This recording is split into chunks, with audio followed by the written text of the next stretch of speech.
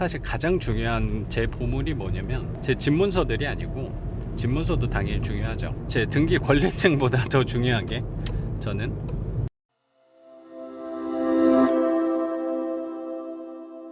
안녕하세요, 작가 반지상입니다. 반갑습니다. 오늘은 제 수강생분 입찰을 마치고 돌아가고 있습니다. 오늘 날씨가 굉장히 좋은 것 같네요. 오늘도 법원 갔다 왔는데 항상 사람 많은 것 같아요.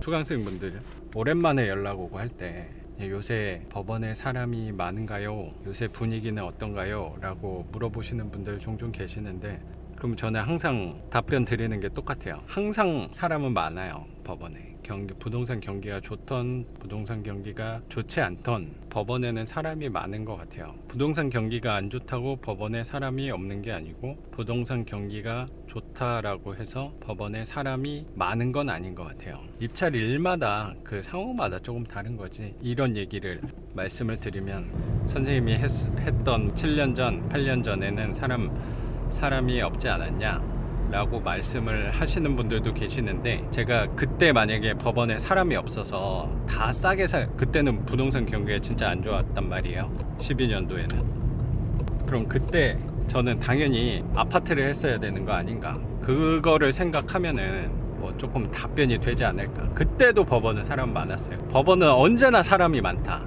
하지만 간혹 사람이 없는 날이 있으니까 그때를 우리는 노려야 된다. 근데 그런 날을 머리로는 판단을 할 수 없으니까, 그래서 우리는 바보처럼 입찰을 가는 게 저는 항상 맞다고 생각을 갖고 있습니다. 요새는 좀 책을 쓰고 있는데, 또 최근에 한 분이 물어보시더라고요. 요새 취미가 뭐냐 라고 물어보셔서, 보통 어떤 걸 하시냐라고 물어보시는 것 같아요.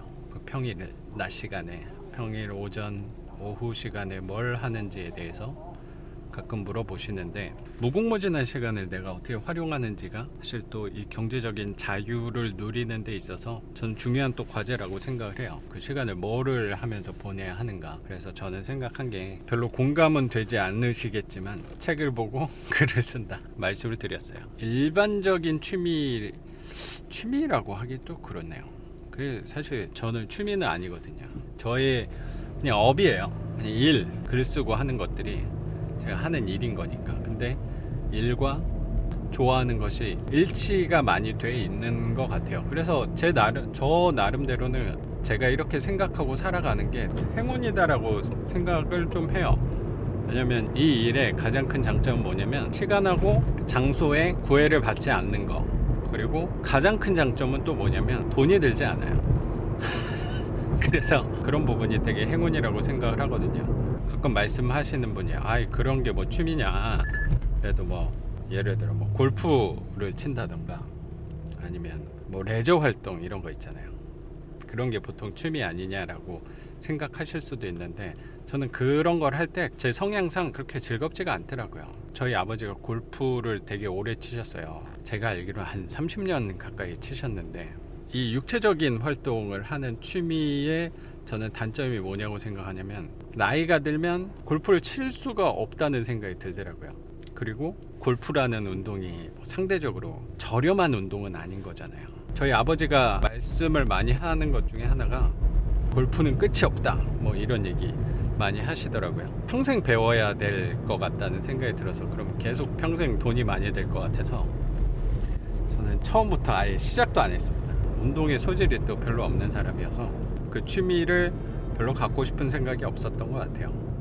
저는 나이가 들어서도 계속 할 수 있는 거를 했으면 좋겠다고 생각을 했거든요. 그거는 저희 할아버지 할머니를 봤을 때 그런 생각을 많이 했어요. 저도 분명히 80대 90대 나이가 올 거잖아요. 그럼 그 나이 대의 할머니 할아버지들은 그때는 누구나 시간이 분명히 많을 것 같아요. 근데 그때 어떤 거를 하면서 주로 시간을 보내시냐고 생각이 드냐면, 주로 TV를 많이 보시는 것 같아요. 나이가 들어서 기력이 떨어지니까 사실 선택할 수 있는 게 많이 없잖아요. 그래서 어쩔 수 없이 뭐 TV를 보신 거라고 사실 생각이 들고, 그러면 저도 생각을 했죠. 나도 저 나이가 80대 90대 100세 더 넘어서도 살 수도 있는 거잖아요. 그럼 그때 내가 기력이 없을 텐데, 나는 하루 종일 누워서 TV만 보면서 내 삶을 마무리하고 싶지 않다라는 생각이 사실 있고, 어쩌면 그 모습이 되게 두렵더라고요. 그렇게 살고 싶지 않아서.